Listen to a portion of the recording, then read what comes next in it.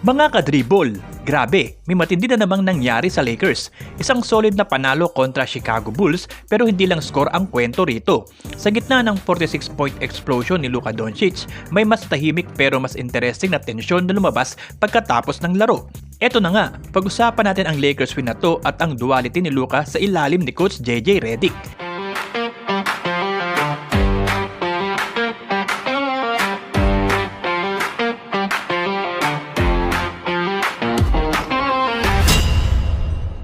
Dinurog ng Los Angeles Lakers ang Chicago Bulls sa isang malaking panalo sa pangunguna ng franchise superstar na si Luka Doncic.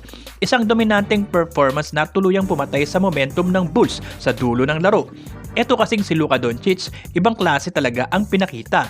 Umiskor siya ng 46 points, bumomba ng 8-3 at paulit-ulit na sinira ang depensa ng Bulls. Mga kadribol, isipin nyo to ha, isang possession, step back 3, sunod na play, no look pass sa weak side, tapos biglang cross-court dime na parang wala lang. Parang laro-laro lang sa kanya. Pero alam nating bihira lang ang kayang gumawa niyan consistently. Pero hindi lang basta volume scoring ang dahilan kung bakit nanalo ang Lakers. Ang tunay na difference maker ay kung paano niya binend ang depensa ng Bulls gamit ang kombinasyon ng tira at pasa. Kada double team may katapat na mabilis na desisyon. Kada help defense may bukas na kakampi. Ramdam mo na buhay ang buong lineup kapag hawak ni Luka ang bola. Pagkatapos ng laro, nagbiro pa si Luka tungkol sa balanse ng scoring at ball movement, isang bagay na paulit-ulit na binibigyan diin ni JJ Redick. Sabi niya, baka raw magalit si coach dahil naka 25 shots siya, tapos sabay bawi ng biro. Pero kahit biro, ramdam ang self-awareness. Alam ni Luka ang gusto ng coach, pero alam din niya ang sarili niyang instinct bilang scorer at creator. At hindi lang si Luka ang bida sa game na to, pinuri rin niya agad ang kanyang mga kakampi, lalo na si Rui Hachimura. Galing sa bench, naging malaking spark si Rui. Nagtapos ng 23 points sa napaka-efficient na 9 of 11 shooting. Siya rin ang isa sa may pinakamataas na plus-minus sa buong team. Nang medyo bumababa ang laro ng Lakers sa second quarter, ang bench ang nagbuhat at nagbalik ng energy. Kung tutuusin mga kadribol, ito na ang nagiging defining story ng Lakers version ni Luka Doncic, ang duality ng disiplina at instinct. May mga tira siyang mapapailing ang kahit sinong coach, may mga pasa rin siyang magpapatayo sa buong bench.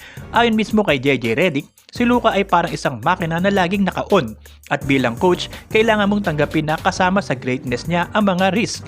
Inamin din ni Redick na may mga gabing sinusubok talaga ang pasensya niya, lalo na kapag hindi pumapasok ang mga long-range shots. Sa season na to, hindi rin sikreto na hindi ito ang best shooting year ni Luka mula sa 3. Pero dahil nakalaro na niya ito dati, alam ni Redick na hindi mo pwedeng pigilan ang creativity ni Luka ng todo. Kapag pinigilan mo yon, mawawala rin ang magic. At laban sa Bulls, nakita natin kung bakit sulit ang pagtitiis. Kahit may daring shots at may hirap na pasa, inangat ni Luka ang buong team. Ang parehong bagay na pwedeng ikainis ng coach sa ibang gabi, siya ring nagdala ng malaking panalo sa road game na to. Pero kayo mga kadribol, anong masasabi nyo dito?